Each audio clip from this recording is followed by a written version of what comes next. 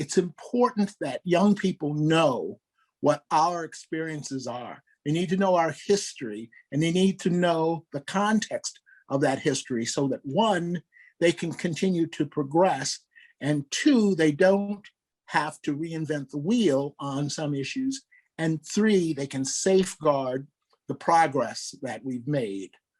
I was born and raised in Pueblo, Colorado, which is a fairly small town environment. And it was a very hostile environment in the 70s for gay people, as it was everywhere. But I knew by about 1968, at the ripe age of 8 years old, that I was a lesbian. And I grew up in the mid-20th century at a time when we all basically lived heteronormal lives.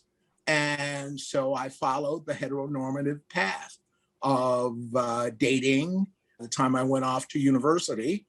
And in my sophomore year, I met my floor resident advisor when I went back as an orientation guide and fell in love at first sight.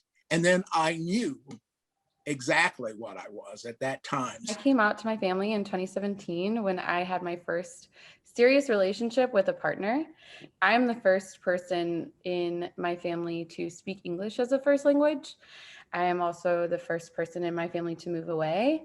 I am also the first person in my family to come out. I didn't have one path. And when finding my gender identity and my sexuality, they came at different times. I think for my gender identity, it was very rooted in social media.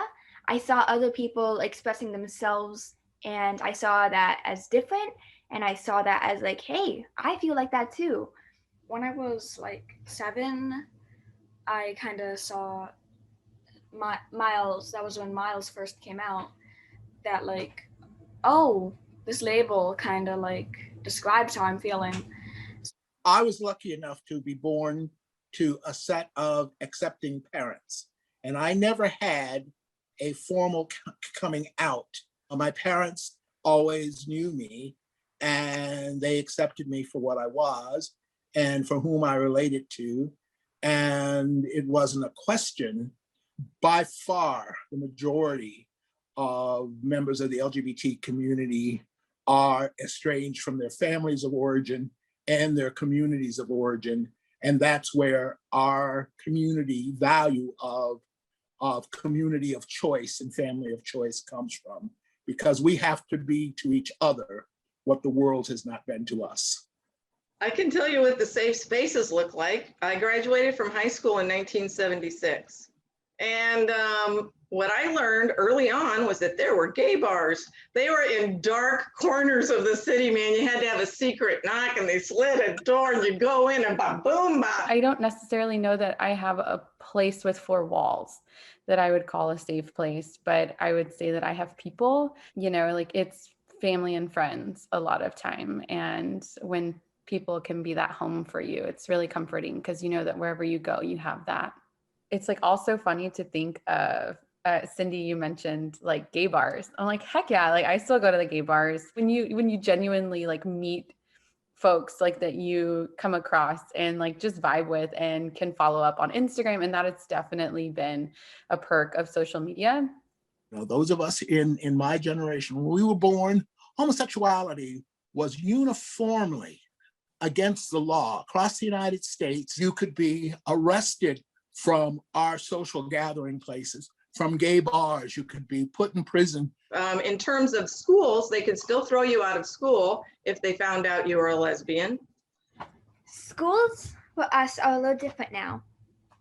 Now we have clubs. The teachers who run them are always, they volunteer to run them, and it really shows you that you're not alone, and that, you have allies, if not people of your own, sexuality and gender, who are with you. So the other things, we did have bars. We had, we started to have parades, 1980 came along. So those were safe spaces, and those continue today. Whatever you think about the corporate interference, it is a place where people go to feel like they belong to the community, even if it's just a couple times a year.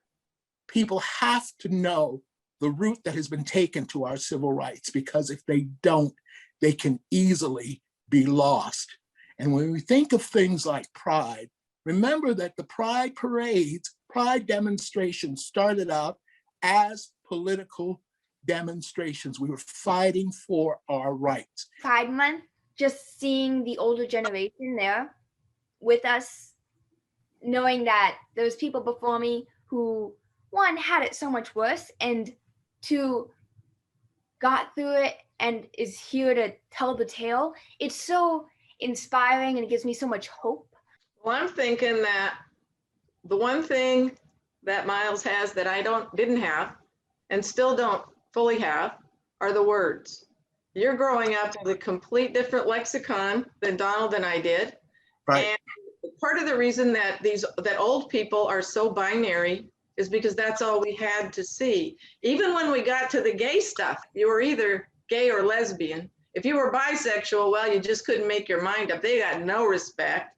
And we didn't have transgendered people, but we didn't have a community of people that identified outwardly as transgender really until, recently. So this is a new phenomenon for everybody. And I will tell you that there is nobody more supportive of the transgender community on this call than I am now, because I was so ignorant before. But the beauty of ignorance is that we can fix that.